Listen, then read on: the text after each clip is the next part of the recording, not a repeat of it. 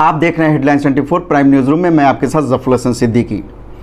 क्या आतंकवाद का जिम्मेदार अमेरिका और रूस है?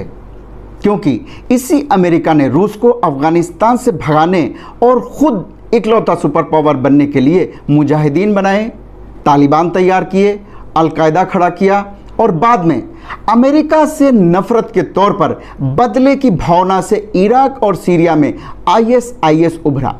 क्योंकि अमेरिका का आतंकवाद से लड़ने का तरीका ही गलत था या झूठ और गलत जानकारियों पर आधारित था। बल्कि यूं कहें कि दो सुपर पावर की आपसी लड़ाई का नतीजा आज पूरी दुनिया आतंकवाद के तौर पर भुगत रही है। अमेरिका और उसके एलाइज से इसलिए जांच में पता चला है कि ऑस्ट्रेलिया के सैनिकों ने अफगानिस्तान में गैर कानूनी ढंग से 39 आम निर्दोष अफगान लोगों को जानबूझकर मारा था।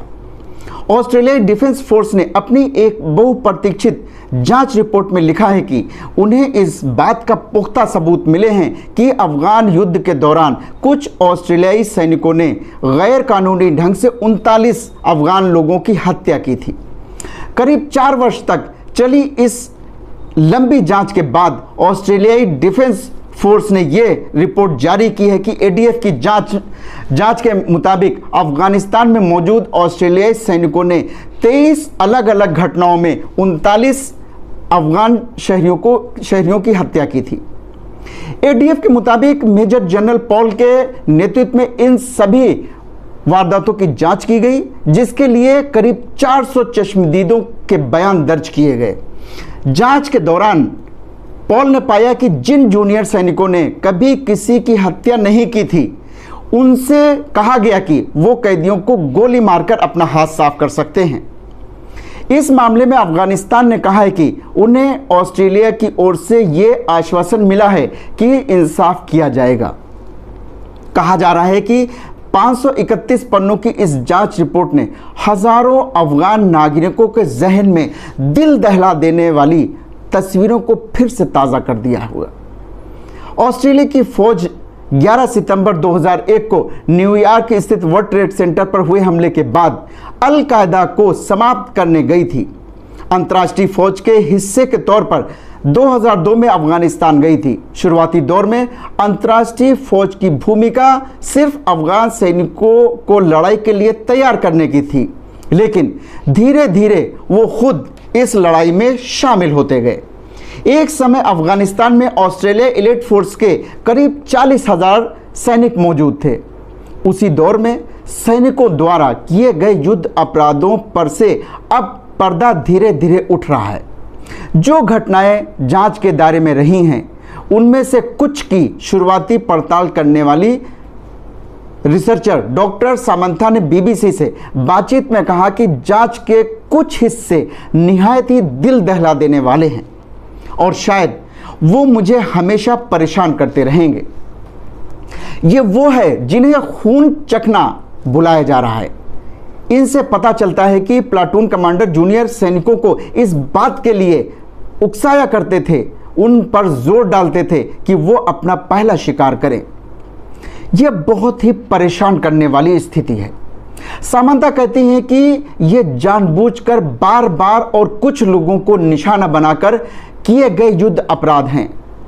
रिपोर्ट में करीब 25 ऑस्ट्रेलियाई सैनिकों का नाम है जिन पर कथित युद्ध अपराध के आरोप लगाए गए हैं। एडीएफ के चीफ जनरल कैंपेल ने कहा है कि इनमें से कोई भी घटना नहीं थी जिसके पीछे इन ऑस्ट्रेलियाई सैनिकों की नीयत का अंदाजा न लगाया जा सके। ऐसा नहीं है कि यह उनसे धोखे में हुआ या गलती से हो गया। और हमारे लिए यह ज़्यादा बड़ी चिंता की बात है कि स्पेशल एयर सर्विस के सैनिकों ने कानून अपने हाथ में लिया। इस जांच में पाया गया कि कैदियों, किसानों और दूसरे अफगान नागरिकों की हत्या करने के बाद उनके पास हथियार और दूसरी चीज़ें डाल दी गईं और बताया गया कि इनकी मौत मुठभेड़ में हुई है। जांच में यह भी पाया गया कि इनमें से कोई भी हत्या ऐसी नहीं थी जो अचानक से हो गई हो। एग्नेस कैंपेल ने इन घटनाओं के लिए अफगानिस्तानी नागरिकों से माफ़ी भी मांगी है। लेकिन माफ़ी से होता क्या है? जो मर गए क्या वो वापस आ सकते हैं? जो बचे हुए उनके दुख क्या इससे कम हो जाएंगे? उन्होंने कहा, मैं अफगानिस्तान के लोगों से ऑस्ट्रेलियाई सैनिकों के गलत कामों के लिए दिल से माफ़ी मांगता हूं। मैंने अपने समकक्ष जनरल जिया से बात की है और उनसे कहा है कि मेरा यह संदेश वो लोगों तक पहुंचाएं। इस तरह की गलतियां उनसे उस भरोसे को तोड़ती हैं जो अफगानिस्तान के लोगों से हमने किया था। सेना ने अपनी रिपोर्ट में कहा है कि इन मामलों में शामिल 19 सैनिकों के खिलाफ मुकदमा चलाए जाने के लिए कहा गया है। इस समय इसी साल की शुरुआत में इंटरनेशनल क्रिमिनल कोर्ट में अमेरिका और तालिबान के खिलाफ जांच की शुरुआत की है। एक रिपोर्ट में पहले कहा गया था कि ऐसा लगता है कि अमेरिकी फौज ने CIA के ठिकानों पर लोगों को टॉर्चर किया है। अफगानिस्तान की आम जनता तालिबान के आने से नहीं, तालिबान के जाने से नहीं, बल्कि विदेशी फौजों के जाने से खुश है। इसलिए आम लोग अमेरिका और इसकी एलाइड फोर्सेस और नेटो सेनाओं से नफरत करते हैं।